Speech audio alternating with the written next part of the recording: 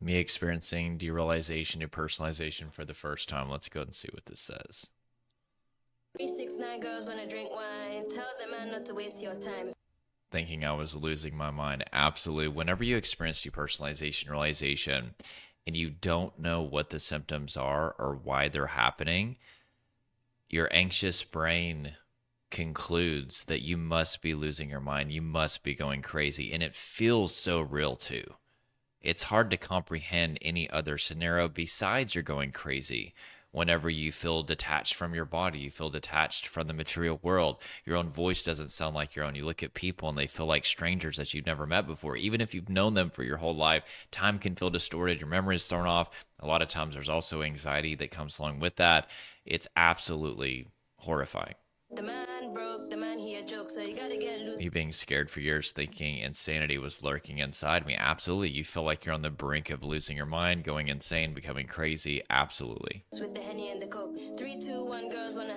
Me feeling like life will never be the same. Absolutely. So, part of what happens in a trauma response, which is actually what leads to depersonalization realization, they're trauma coping mechanisms. Trauma being a state of overwhelming stress in the nervous system, is the part of your brain that would allow you to see an end to your suffering also goes offline.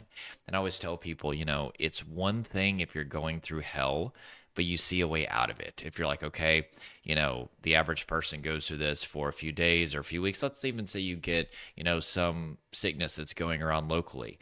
People be like, oh yeah, you'll feel really bad for the first few days, and day 6, you'll start to feel a little bit better or something. As long as you see a way out, I can deal with this. But whenever you literally feel the worst that you've ever felt in your life and you cannot see an end to your suffering and it feels permanent, that is one of the reasons why depersonalization realization are some of the most terrifying and debilitating symptoms that you can deal with. I dealt with them for 2 years, 24/7, 5 years off and on. I spent the last 8 years helping depersonalization realization sufferers. And I will tell you that right there, that's what gets people, Have fun. the fear of permanence. If the man don't dance, he's done. Tell him. Me feeling alone and like no one could possibly understand. Absolutely. So, depersonalization realization are absolutely impossible to describe outside of metaphoric language or an analogy.